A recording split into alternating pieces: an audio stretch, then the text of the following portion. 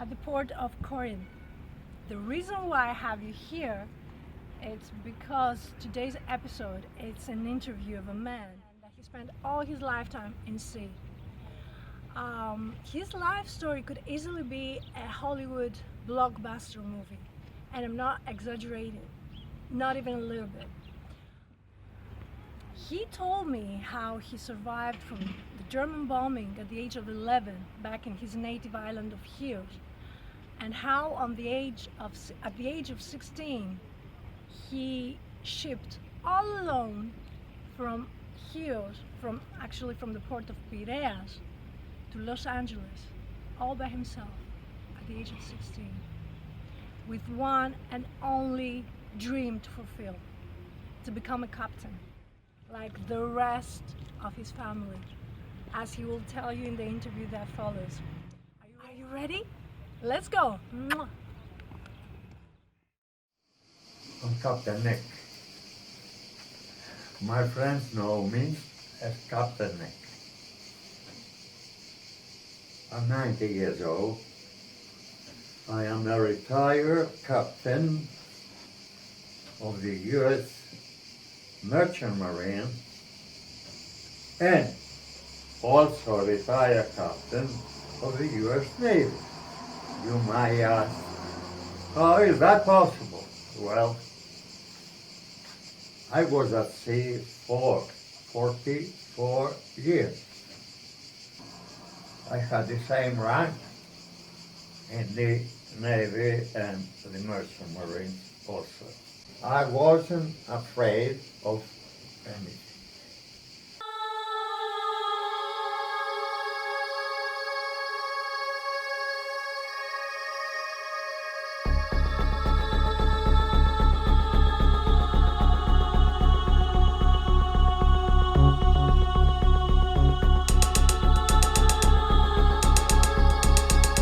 Joined a Greek ship as an able seaman now. I was old enough. The ship goes under Panamanian flag, so it didn't really bother whether I was a professional seaman or a new seaman. So anyway, the captain was my cousin. He took me with him as an able seaman.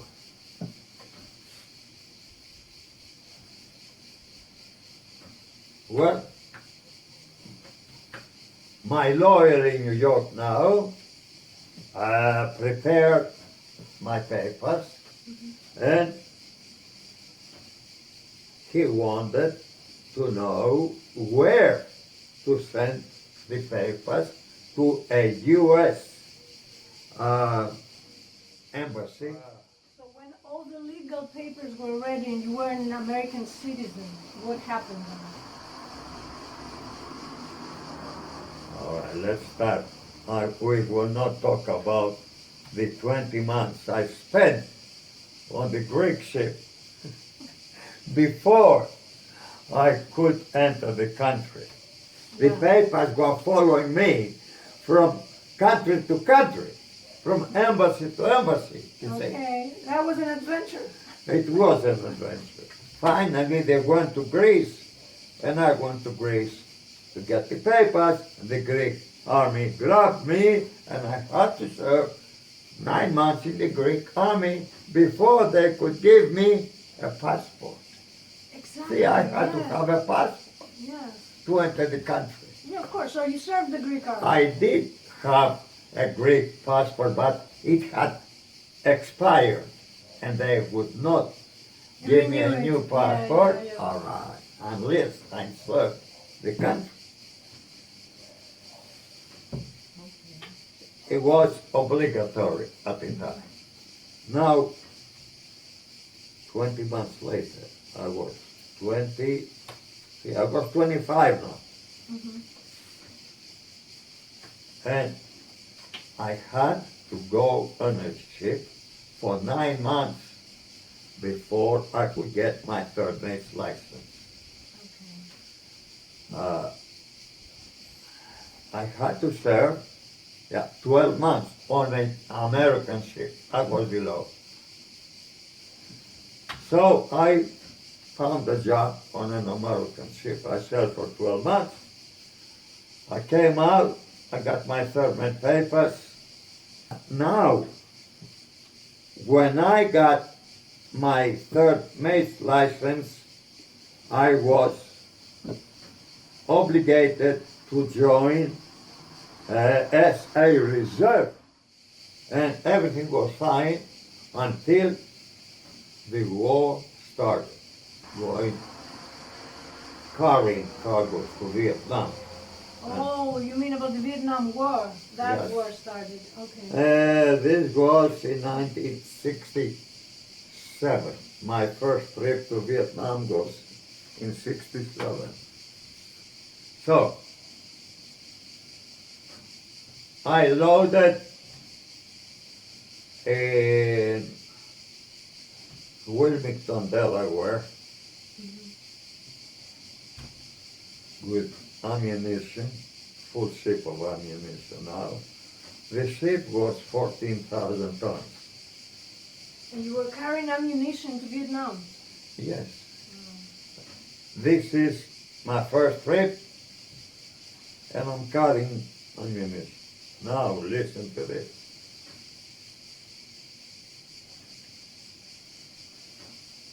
We reached the entrance of Saigon River, the name of the city, which actually was a beautiful, unbelievable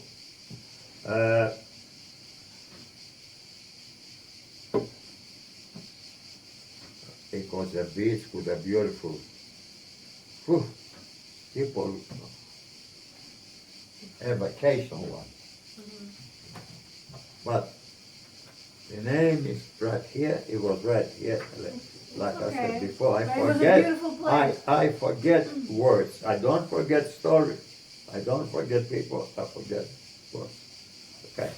So we entered Van Tau to the Saigon River, going up river. At point 5. 0.5? Point 5 was a place in the river. You see, the Americans had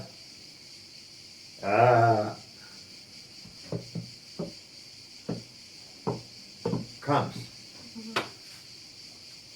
at the length of the river.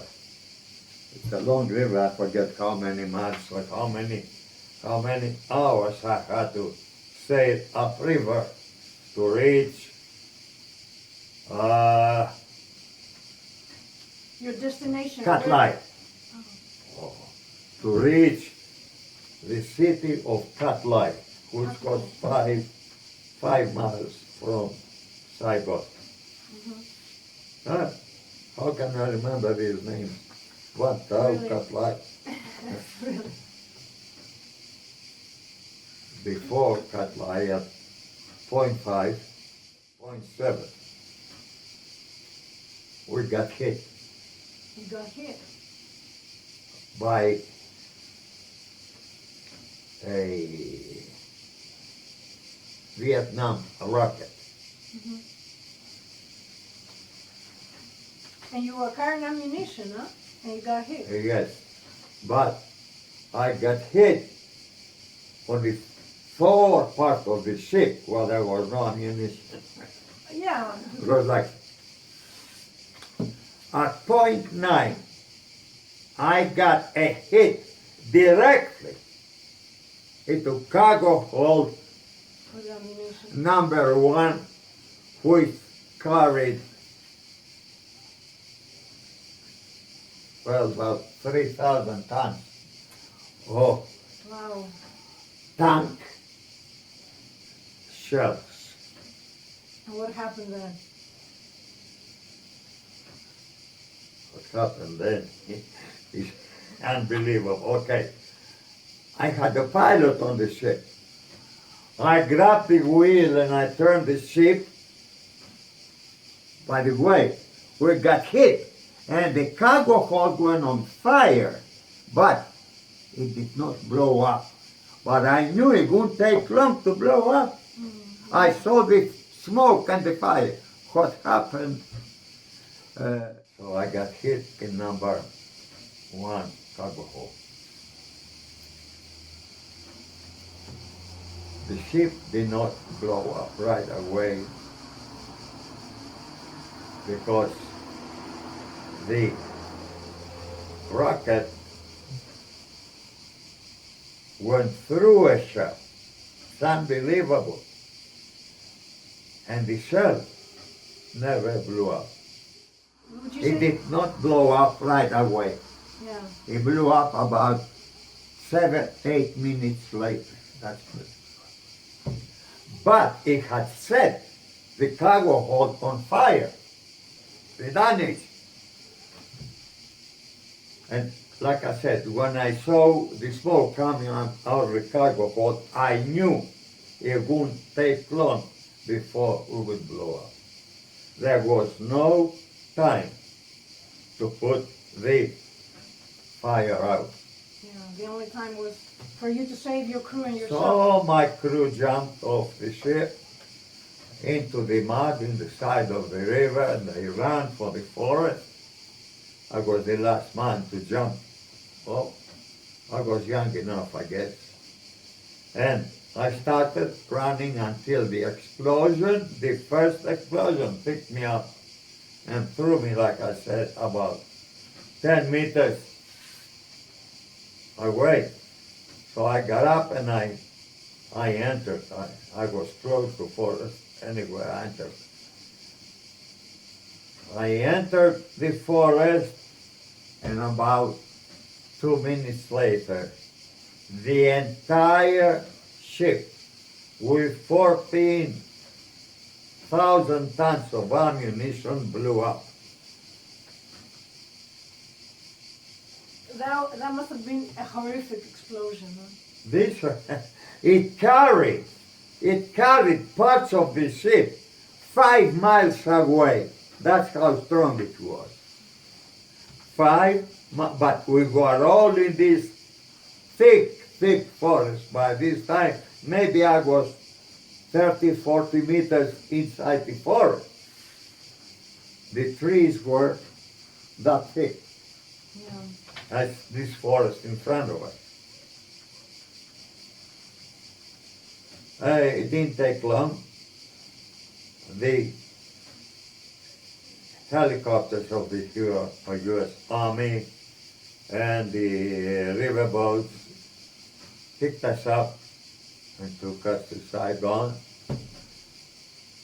They took us to a hospital. They checked us. Nobody was hurt. 2 days later, they put us in a hotel. 2 days later, we flew. By the way, the paymaster of the company flew to Saigon and paid off the entire crew. He carried with him $175,000, which was quite a lot of money at the time. I flew to New York, went to my house. So from there, they flew you to New York. Yes, Okay. we flew in a military plane. Yeah. The entire crew. Actually, plus the airplane had about 200 passengers. My crew was, that crew was 40 men, 42 men to be exact. Now I'm in New York. 2 weeks later, I was on another ship going to Vietnam. Okay. Ammunition again? No. Okay.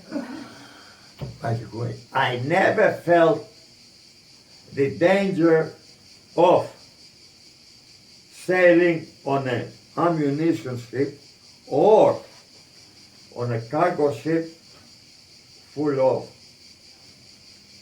petroleum products. So you weren't scared to carry those things again, you mean? You weren't Yeah. scared? Yeah. So that didn't scare you, that That was my accident? cargo. Yeah, okay. Okay. I should say I was on a ship carrying petroleum products or ammunition. Now, my next ship was a very large ship. The ship was 47,000 tons. And I loaded in the United States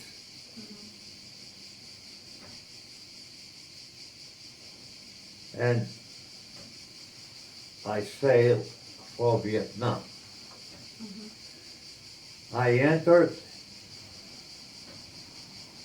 Da Nang. Da Nang is a huge base. I discharged my cargo, went back to the States, and I changed the company, put me on a different ship. Okay. This time, a large cargo ship. Loaded with ammunition again. And I went again up the Saigon River. I did not get hit this time. I discharged my cargo in Cat Lai Lake at anchor. And they told me I would take a cargo back to the States. Okay. So they loaded the entire ship. The ship was 16,000 tons. Very They loaded the ship with about 6,000 green boxes. Green what? Boxes. Oh, boxes. Okay. And the boxes did not have the shape of a coffin. It was, yes, it was just a square box, a long square box. So I asked, what is my cargo? And they said, your cargo is belonging to to army personnel. Oh. My cargo was belonging to cargo personnel. Mhm. I sailed from Saigon, going back to Philadelphia. It was a long trip. I think it took me 17 days from Saigon to New York.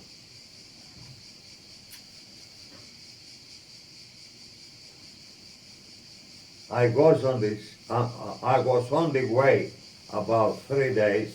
Now the cargo holds were sealed. One of my sailors decided to go down into the cargo hold. There was an entrance through the mast of the ship to see if he could take something or steal something out of a bag.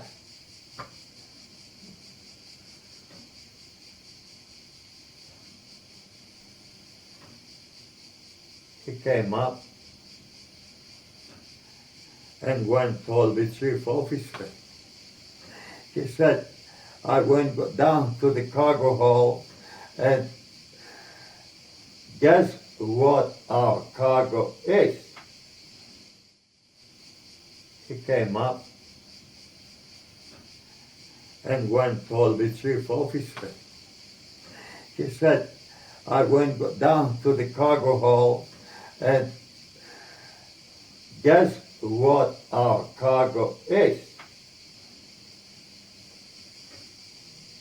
The boxes are full of dead soldiers and officers. Because on each box, at the foot of each box, there is a name and the rank of the person, the destination, because these boxes had to go all over the United States. So he went to steal. So now I knew I was full of dead soldiers. You know what? I started getting scared at night. And I started seeing faces on my porthole. Yeah. Knowing that you were carrying so many Yes. dead soldiers. For the whole trip, I Yeah. hearing noises and seeing faces on the portholes. The people, the army loaded the ship, right? They did not want us to know because they did not want us to feel bad. You know how sorry you feel in a situation like this. So I arrived in Philadelphia,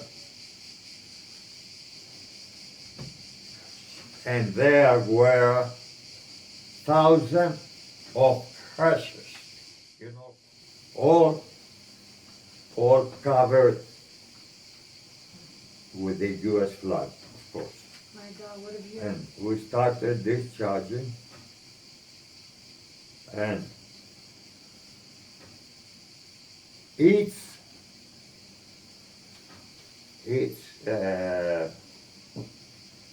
box had a different destination. It took 4 days to unload the ship. I felt bad. I felt very bad. I felt sorry. I probably cried.